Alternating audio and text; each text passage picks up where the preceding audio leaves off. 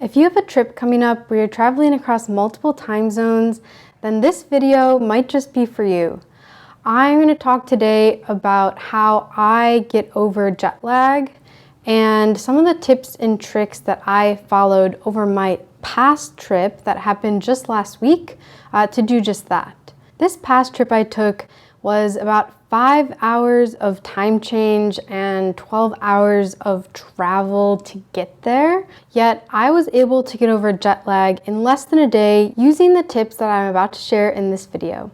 I know that I'm not someone who's going to pack for a trip more than 24 hours in advance, let alone prep for jet lag and time change. So this video and the tips I'm about to share are tailored to things you can either do way in advance when you are planning the trip in the first place, or piece of advice that you can put into action while you are actually doing the travel. Not a lot of preparation needed just in the days before, because really that's often focused on saying goodbye to the place that you're leaving, even if it's just for a bit, and also just getting packed and getting everything else for the trip in order. By the way, if you're new here, this channel is all about sleep and rest. So if you're interested in other content like that, feel free to subscribe so you can see when new content comes out. My first piece of advice has to do with trip planning. And like I said, it's not really how you're spending the few days before a trip preparing to leave, but it's the planning that you do when you're booking the flight, whenever you decided to book your trip. Now, my main piece of advice here, if it's possible, is to take a red-eye flight.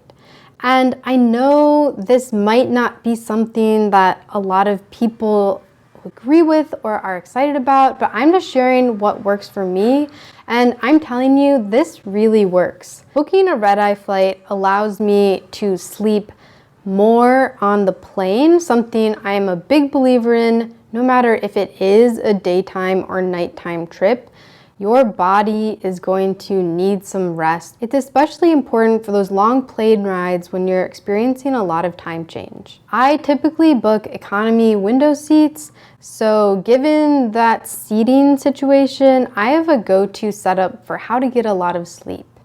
And if it's something you're interested in, leave a comment below and I can make another video about the tools and methods that I use to get a lot of sleep while sitting in economy.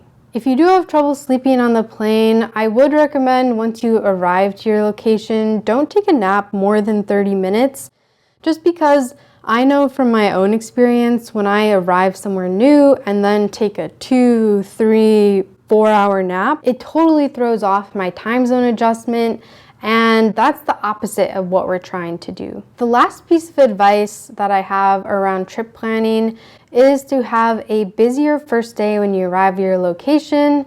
Try to be out and about, but try not to be out and about so late. What this might look like is after arriving, going on a walk, running some errands if there's anything that you needed to buy once you got there, even doing some exploring. Spending a full day out and about in a new location really preps me well and sets me up for success in having a good night's sleep that first night.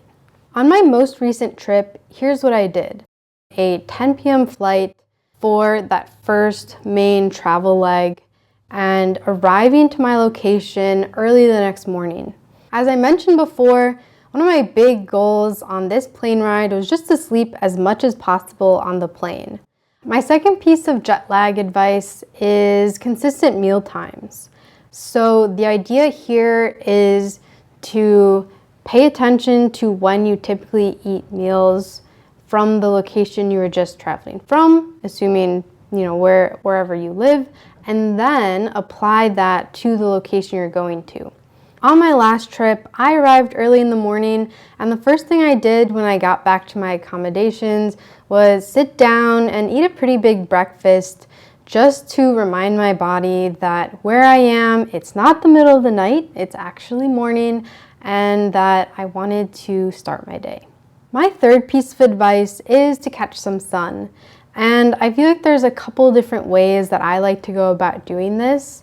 As I mentioned before, that first day in a new location, I do try to get out and about, getting some movement in and getting outside so that my body can better adjust. That second day in my new location, so not my arrival day, but after my first full night of sleep, plan to get up early.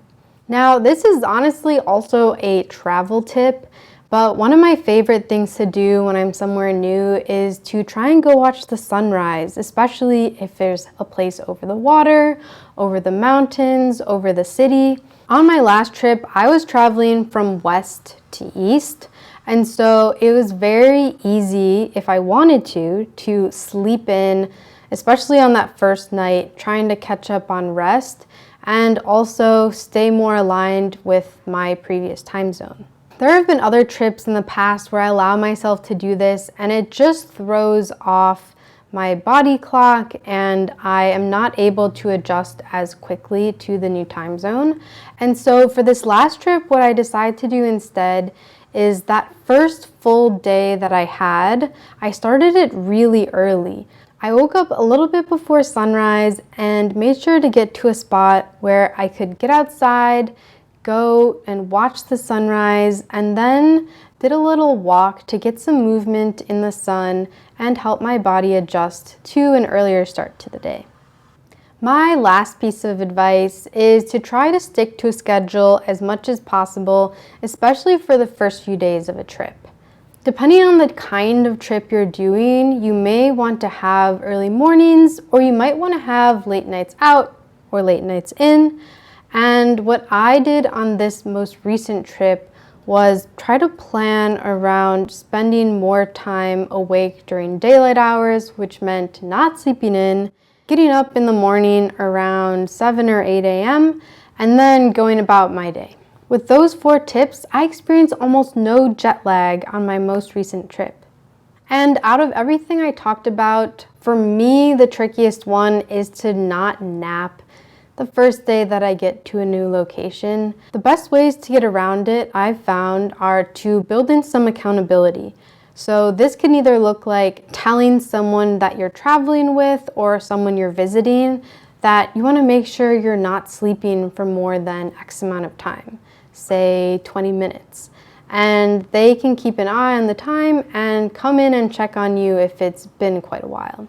What I've also done is booked an excursion or made a plan with someone else that requires me to be up and out of the house sometime during the day so that I am awake and not sleeping or resting the first day that I'm in. Sleep is so important at any time, but especially when traveling. Your body goes through a lot when you're changing time zones and spending so many hours traveling on a plane, in a car.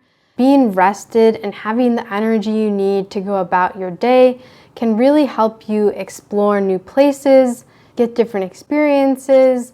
All of these things require more energy. For now, that's all I have on jet lag, so rest up and I'll see you in the next one.